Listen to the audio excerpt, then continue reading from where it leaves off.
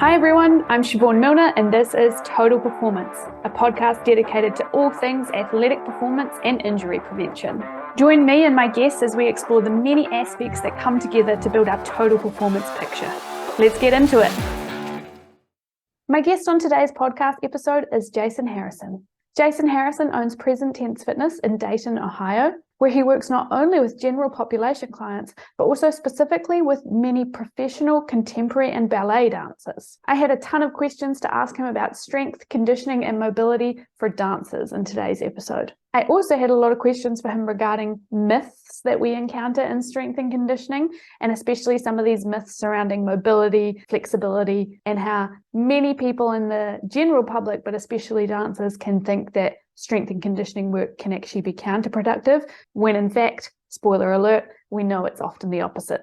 Jason is a certified strength and conditioning specialist who has trained clients in New York, Los Angeles, Washington, D.C., and his native Dayton, Ohio. He's also a certified personal trainer through the National Strength and Conditioning Association, as well as a United States Weightlifting Level 1 coach. Jason is a member of the International Association for Dance Medicine and Science, whose training interests include developing systematic approaches for enhancing dancer performance and injury prevention strategies rooted in strength and conditioning best practices. I think today's episode is going to be really interesting for both coaches and athletes. Jason has a really clear vision for how he wants to support his dancers and his clients in his studio. And as a coach myself, I found that really inspiring. So I hope you all enjoy it. Welcome, Jason. Thank you so much. Thank you for having me. How are you doing? I'm well. It's Friday, and so I'm feeling good about that. I had a good training week in our studio, so I had some good coffee this morning, so I'm ready to have a good Friday. I feel like coffee is one of the things that a lot of strength coaches bond over, but I'm a tea drinker. I had a good tea this morning though. That's fair. Yeah, that's fair. Maybe tell us a little bit more about yourself and your studio. My name is Jason Harrison. I am the co-owner of Present Tense Fitness in Dayton, Ohio, in the United States. In our studio, we train about half of the people that we work with are dancers, and the other half are just general, I shouldn't say just, but our general population clients. Mm-hmm. You know, we get a good look at a lot of different bodies, and the work that we do with our general population clients informs the work that we do with dancers and vice versa. So a lot of the work that we do around dancers, we've learned a lot from, like, my colleagues, Susan and Anna, are both postpartum exercise experts. And we've really used a lot of that knowledge around functional hip anatomy and pelvic floor to apply to the dance work. So we're really proud of the work that we're doing in our little studio here in Dayton. I also want to say I love the name of your studio, Present Tense Fitness. What inspired this? There's a few things. I found that I started work. I'm a strength coach now, but I started out as a personal trainer, just working in commercial gyms. And I found that over time, most of the work that I was doing with clients involved getting them to sort of like feel what was going on in their bodies, like in the moment. And so oftentimes people they just sort of like either mindlessly exercise, or they just sort of have this view of it as like it's just supposed to be really hard and it's just supposed to be really sweaty. And I found myself often trying to get people to feel what was actually happening in the moment. And then the same is true of like sort of like the outside of the gym stuff, around their nutrition, around their hydration, around their sleep. Some people just didn't realize like how not good they felt sort of like on a daily basis, because they weren't thinking about it. They weren't being intentional about it. They weren't stopping to assess like, oh, I ate this and then I felt terrible. Like, that was just sort of like passing them by. So a big part of the name came from what I found to be a big part of this work, which is getting people to be present with what they're feeling, both emotionally and physically.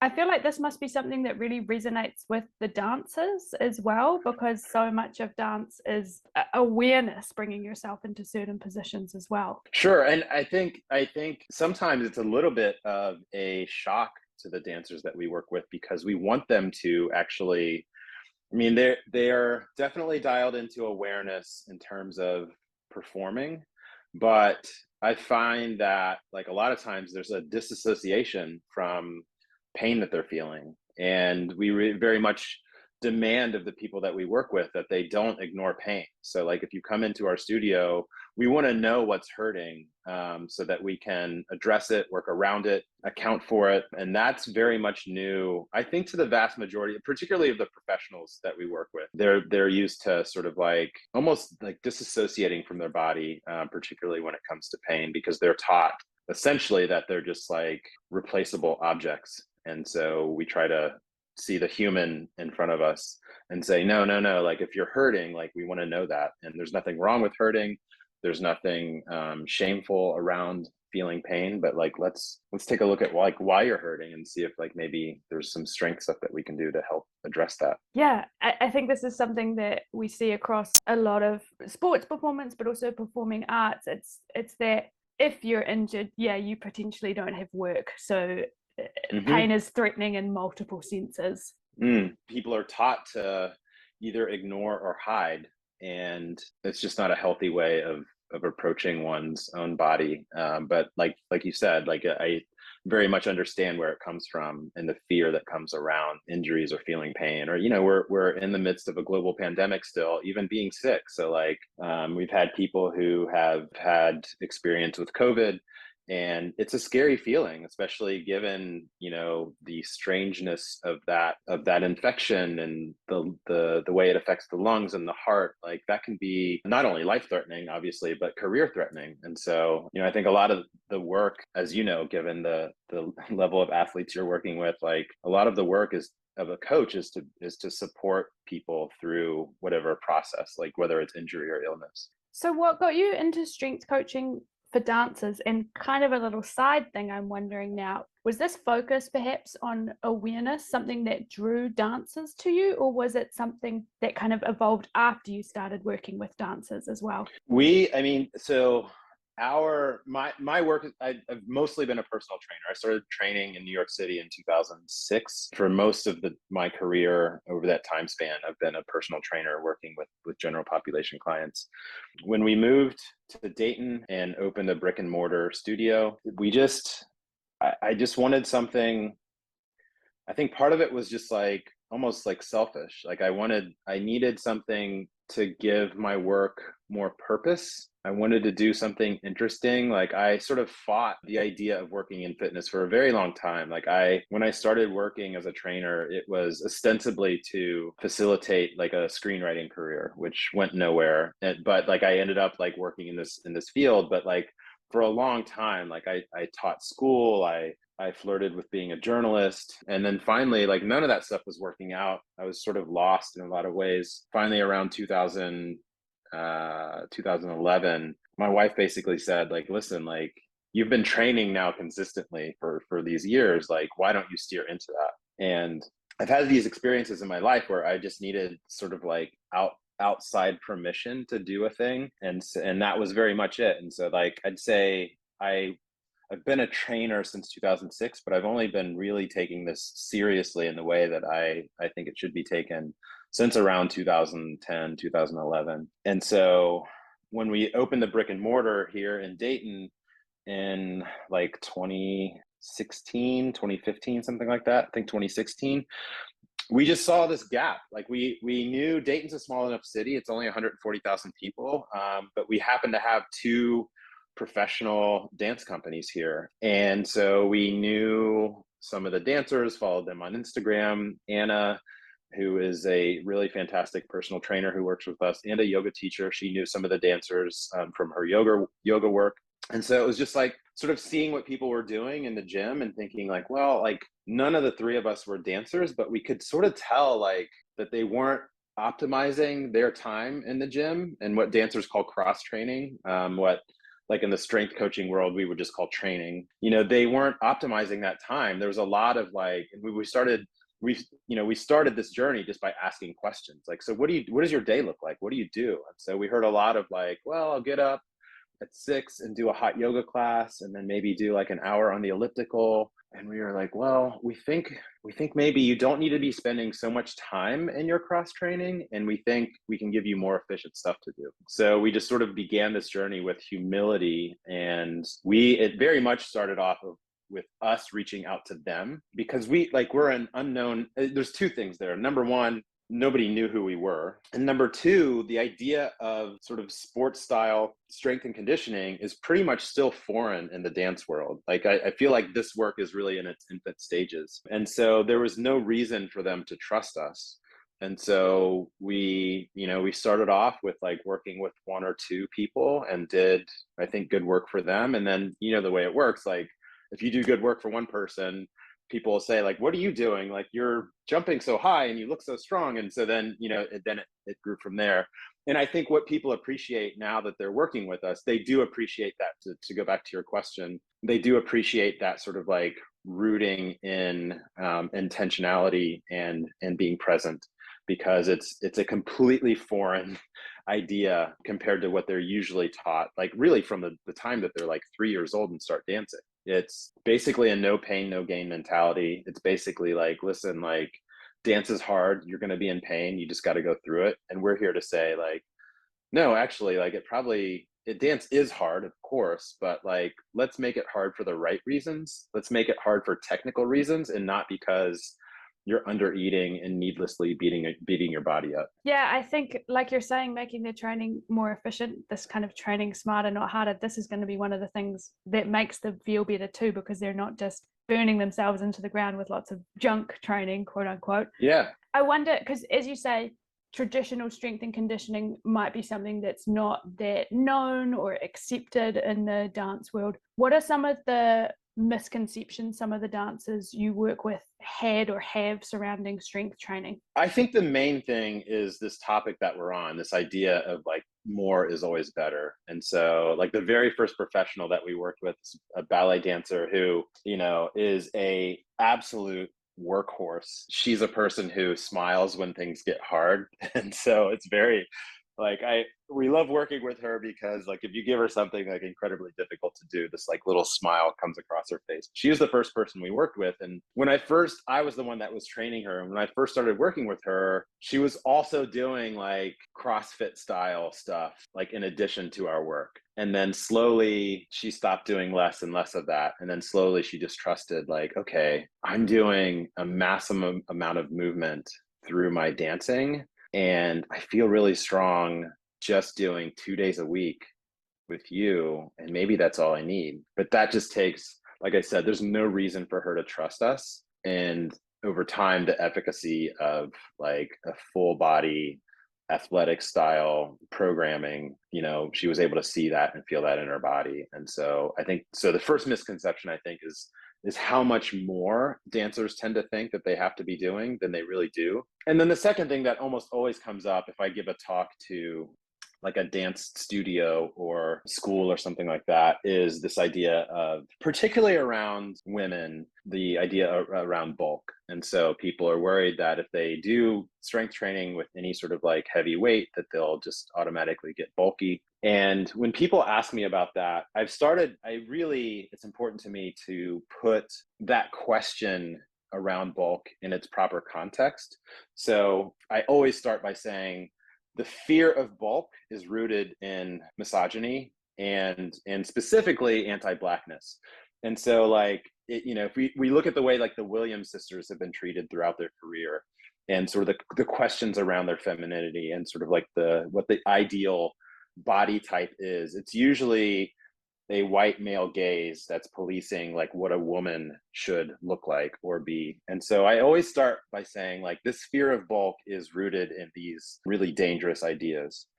And then the second thing, substantively, like in terms of like the exercise science, I say like it's impossible to just like accidentally get bulky. Like it just doesn't happen, particularly around like, we really advocate for 2 days a week of strength training. And there's just not enough volume there to accidentally get bulky. We dunk a lot of times, like strength coaches dunk on the bodybuilding world, but we learn an awful lot from the bodybuilding world. And bodybuilders are figured out, like, if I want to grow my deltoid, this is how many sets and repetitions and at what loads we need to grow my deltoid. So we can take advantage of that knowledge and know that like we can make these dancers stronger without putting the volume in front of them that would lead to like a great degree of hypertrophy. But I always answer that question first by sort of like rooting it in the aspects of race and gender that are laced mean, really throughout all of our lives, but particularly I think in the dance world itself. Yeah, and I think it's really important to have, like, these are the discussions that I think sometimes don't happen in the world of strength and conditioning. And I think when you're able to have these discussions, especially in a physical arena where there's so much emphasis on aesthetic, yeah, I think this is super valuable to be able to have those discussions. Yeah, and I mean, the strength and conditioning world is, I mean, to go back to the question, like, why dance? I just am not really interested in sort of like like, I know we follow each other on Twitter, sort of like the normal, I mean, I'll say like white male, sort of aggressive, hyper masculine approach to this work. I just don't like, the culture doesn't fit me. I don't think, I would love for more people to read outside of strength and conditioning and like business books so they could understand the context in which we're all working. And I find there's really no place for me in that world. And so dance really offers me the opportunity to work with a lot of the people where I feel really more at home in having these discussions among marginalized communities, among queer communities, among people of color. One of the dance companies that we work with here is the Dayton Contemporary Dance Company, like literally a world-class, historically Black contemporary dance company. And I just feel much more at home in those spaces than sort of like, listening to, strength coaches talk about what they learned from Gary Vee, or like, it's just not me. So I avoid it. Yeah, no, fair enough. And I think, this macho attitude doesn't serve athletes either. Personally, when I see someone kind of like standing in the corner, a gruff look on their face, I think for years I felt like as a female strength coach, I had to kind of put some of that on. And then eventually I was like, no, like I am empathetic. I do care about how my athletes feel, and I do care when they're hurting as well. And I think that's where you build trust with your athletes too. But I also totally understand moving away from certain spaces. We talked a little bit about kind of some of the buy-in that you're getting from some dancers over time when they're seeing the results. Is that something that now, as you say, you're working with a lot of dancers, so people are kind of already having some of that trust around the efficacy of strength training when they come to you, or are you still having to kind of convince dancers about this? No, I think, one of the things that's important for us is to show our work. And so a lot of times before a dancer ever comes in, like they've been like on, our Instagram feeds, or they've seen like blog posts. So they sort of know what we're about, and they trust the experience of their colleagues. And so many of the people who come to us through either a referral from a colleague, which is always the most powerful, or, other people who work like in the dance medicine space. So, people who either chiropractors in the dance medicine space or physical therapists in the dance medicine space, people who understand like, hey, I'm working with this dancer, I have this lane of the road, I think you'd be really good with working with them to make them stronger. Like, and so we'll get referrals that way. And so there's less convincing that needs to happen when people come in that way. And honestly, that's very much the same way we like to work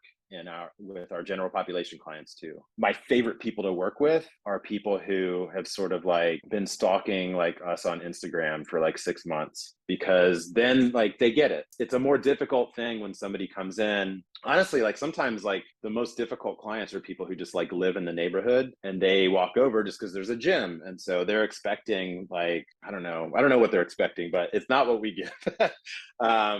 Is that, because we make people like pay attention. And it's not for everybody, but like we really will work best with people who have bought in. And we've had like a dancer or two who it just wasn't like a great fit. Like they literally just saw, dancers who just see like what we do is just like the same as like going to a spin class or something, or just like, just sort of like that boutique, like I go to spin and I do yoga and I do this or I do that. And it's like, no, like we're trying to train you. And so that is a more comprehensive approach. It's a much more individualized approach. The phrase that we always use is, instead of dance specific, we like to talk about dancer specific, because there's really more, the individualization is what matters more than the fact that somebody's a dancer or not a dancer, because there's just dramatically different there's just dramatically different bodies that you see doing that work. And so what matters most is that we tailor their training program to how that individual moves, irrespective of their chosen activity. Yeah, I have to say your whole vision for your studio and the way you work is really, really inspiring. I'm really Thank you enjoying so hearing much. it. No, I really mean it. I'm like, wow, it's really nice to hear, yeah, how clear you are on this. And then when you get these people, you know, who come in that it's the right fit, it's going to be so awesome for them. So I love that. Thank you. I work with curlers and also some other performing artists who really value mobility. And so I've found that sometimes this means that they can be resistant to resistance training because they have these ideas that like, oh, if I strength train, I'm going to lose mobility. I assume you've experienced this with some dancers as well. And if you have, what do you say to them to offset this fear? There's two answers to that that we give. And I'm actually curious how you approach that with your people too. The first is that if they're doing quality strength and conditioning, they should be actually more mobile, not less, because we're going to teach their bodies to be stronger in these different positions. And so, you know, there's the adage among strength coaches around like the difference between like passive flexibility and active mobility. And so what we try to teach the dancers is, you know, if you put them on a massage table, you can put their ankle behind their head, and that they need that passive flexibility. They need that. It's not a bad thing. They need that in order to be able to get into some of these shapes that they have to get into for the art form. But the more that we can close that gap between passive flexibility and active mobility, then, you know, the more resilient they'll be to injury, we hope. So that's the first thing, is like, yes, let's keep that passive flexibility. Let's keep that, but let's close that gap. And then the whole point of strength and conditioning, of what dancers call cross training, is to fill gaps that don't get filled through their dance training. And so if they have like a ton of flexibility, then what we want to give them is like a little bit more stability. Not so much that like, we don't want them to have the stiffness of like an elite power lifter, because then they wouldn't be able to get into the arabesque, but we want to give them maybe a little bit more stability. So it's meant to complement the work that they're doing, and it's meant to fill in the gaps that don't get addressed in their current training. And that's not a hard sell. Like, they feel that in their body. And the other thing is, like, I'll add a third thing, which is like, you also have to live. So like, we think about like a dancer is just like living in the studio, and especially in season or something like Nutcracker season, like, yes, that they're like, most of their waking moments are spent like dancing or thinking about dance, but they also have to like move apartments and carry boxes and like go to the grocery store. Like, we want them to have bodies that can do those life things too. So that's the third thing that we talk about, is that, you know, we're not going to rob them of any flexibility, but we're going to give them tools to be able to handle like a lot of the other stuff that they have to. Yeah, I think for me, it's often with those sorts of athletes starting slow and like you say, building that trust. So I'm not going to go in, you know, for example, when I started working with the curlers, I took over from a previous strength and conditioning coach who'd been with them. So when I go in, I usually keep things pretty similar to what they've been doing for a while and just kind of ask questions, and then you slowly start to change things. But yeah, with the mobility perspective, for example, with curlers, but also with speed skaters, like adductors are something that we've got to keep strong, because that can be a site for injury around the groin and things. But I know with my curlers, there's certain adductor strength exercises that if we do them in season, they tell me that they do feel that it makes them, they just get this tightness in response. And, you know, I think it's probably primarily neural, but they feel it, and they feel that it affects them on the ice. So I'm like, okay, we just don't do that in season. We find other ways to do this. Yeah. We know that sometimes tightness is actually a neural response. So what else is going on in life as well? So yeah, lots of discussion, I suppose. I love that too, because you're also accounting for like the mental aspect of their work. And it doesn't matter if somebody is feeling discomfort or tightness or something and it's distracting to their performance. I can give them the science all day long, but the truth is they're distracted. And so I love that honestly, I think that goes back to the discussion we were talking about earlier. And this is not to say that like there are other people who sort of apply that sort of approach, but I think that sort of like empathetic human approach is I just would like to see more of that in our industry. I think a lot of coaches confronted with the same thing would say like, no, like, bro, your adductors are just, you're fine. Like, Yeah. this is the program and that's what we're going to do. Yeah. And I love that I don't know, I just love the humanity of that. If we feel that response in ourselves when someone says, actually, this isn't working for me, it's ego. And Yeah. a mentor a few years ago, she said something to me along the lines of, you're not trying to get your athlete to love you, you're trying to get them to love movement. And so that's the thing, like I'm trying to set that aside and share what I love so much about strength training with them, I think. Yeah, I like that. Would there be, kind of coming off the back of this, certain things that you would or wouldn't recommend for dancers in order to maintain or improve mobility? I think a lot of times with dancers, like, I think the approach that I take with them, because like sometimes a dancer will say like, hey, I'm having this pain.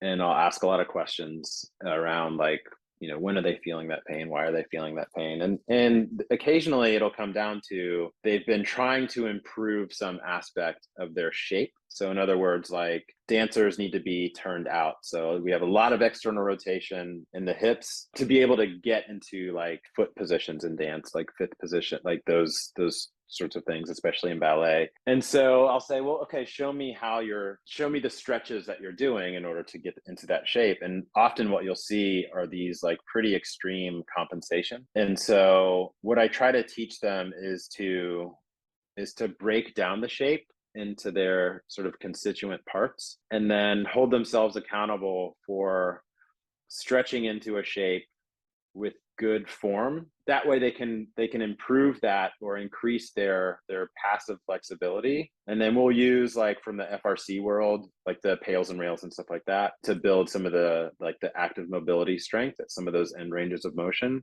and sort of teaching them like, listen, I know Saturday night performance, the lights are up, packed house, you're going to do what you need to do in order to express. But like when you're building that capacity outside of the dance studio and in your quote unquote cross training, then let's do that as safely as possible and like sort of methodically as possible. And that is usually something that they understand, like sort of the difference between performance time and like sort of like the preparation for getting into those shapes. So just distinguish it. Like I try to almost describe their cross training as like, this is like a controlled laboratory setting. So like we can confront your body with all this kind of stress, but in a safe way where you're not going to be injured. And then we can sort of like intentionally progress all of those things, whether it's load or whether it's flexibility or mobility. Like we can be methodical about that. And they usually understand that concept pretty well, because I've been really surprised at how little dancers are taught in terms of like safe flexibility and mobility training. And so that's been a surprise that we have actually something to offer them when it comes to that. Yeah, I think every sport has their kind of stories that are repeated over and over. And I think some of this is like in dance, it's like you just stretch as hard as you can and for as long as you can, Right. You see wild stuff on Instagram. Like if you follow, especially like in the dance world, there's like sort of these dance influencers who don't actually dance. Like if you peel away, it's like, wait, you're not actually dancing, but they have these huge followings and they get into these like outrageous shapes. But then people see that and they think like, oh, I'll do that stretch or I'll borrow that from that person. But yeah, I mean, that's part of the sort of like passing down, like, well, this is the way I did it. Like, you'll still hear stories of teachers like standing on students or pushing, and like pushing them into deeper stretches. Oh man. Yeah, right. The one thing that just kind of came to mind, like, that this is how this person did it. There was just a speed skater at the last Olympics who decimated some records in the 5K and the 10K, and he released his training for the 4 years and wrote a little thing about it. But it was huge volume, especially in the preseason. And that's the thing, you kind of look at it and you think, this doesn't mean it's the way to go. It means that he could survive it, Yes. So, yeah, you see that a lot with like, I mean, I don't train athletes the way that you do, but you'll see these high level athletes and it's like they're good at what they do despite their training and not because of. yes. Like you said, they could just survive it. Yeah. Because you see some pretty crazy stuff, like when athletes post like, this is what I'm doing, and it's just like, oh man, we taught you how to squat. Yeah, totally. Oh my gosh. But that's one of the things that sometimes makes me a little bit sad about dance. And I don't work, you said you're working more with contemporary, right? We both ballet and contemporary.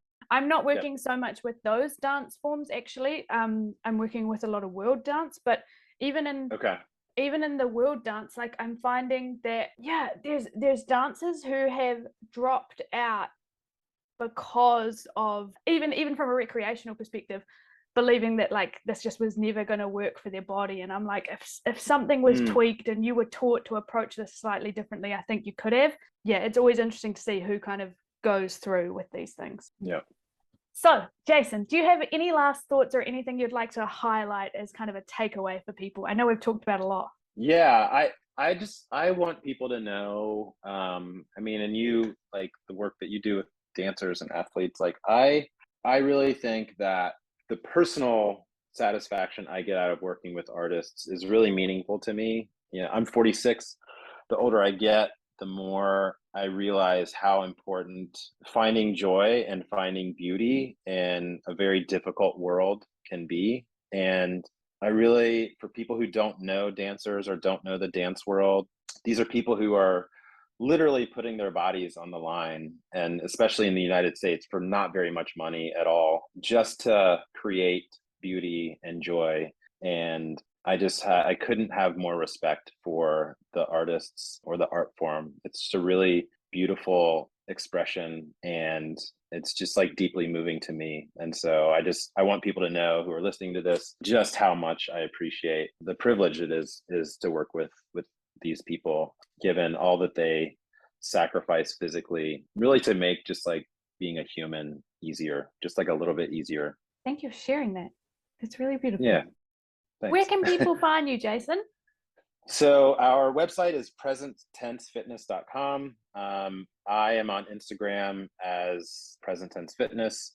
My colleagues, Susan and Anna, are also on Instagram, present tense _coaching and present tense _yoga. I'm also on Twitter as present tense fit, at least for the time being. Yeah, do you know, that's so funny. Yeah, okay, so we're recording this like today as Elon Musk is firing a whole lot of people, and also Elon Musk is coming in. That's really interesting you say that, because I just had a conversation with someone, like he just deleted his Twitter account on the weekend, and I'm really sitting there thinking like, yeah, maybe I need to. So yeah. So but presenttensefitness.com is an easy place to find us, but we're also on the social media. So the last thing I'd want to say is my colleagues are really excellent. I tend to be the face just because I'm comfortable talking, but I have to tell you, like, we really are a collective, and it really is a team. And what Susan and Anna do at Present Tense Fitness is critically important. And I think all the most sophisticated stuff that we do with dancers comes from Susan and Anna. Their understanding of like the PRI world, their understanding of just using breath and position and all of those things, and their like I said, their postpartum work is just so critical. So you probably don't see them as much, but they are, it's like I have access to like grad school every day at work. And so I'm just really grateful for what they teach me every day, and the work that they're doing. I think that's one of the greatest things when you have colleagues, that you really respect each other and you learn a lot from each other. This sounds like an awesome environment. Yeah, I hope so. Thank you so much for chatting to me today, Jason. Of course. Thank you so much for asking. It's a real honor. It's just a real honor to have somebody like you, given the work that you do and the sophistication with which you do it. Like I'm really honored. So thank you. Really, the honor's all mine. I'm really inspired after speaking to you. Good to see you. Thanks so much for listening to today's episode. I hope you enjoyed it. Just a reminder that you can find further podcast episodes at www.siobhan-milner.com/podcast. And this is where you can also find different ways of working with me if you head to www.siobhan-milner.com. Enjoy.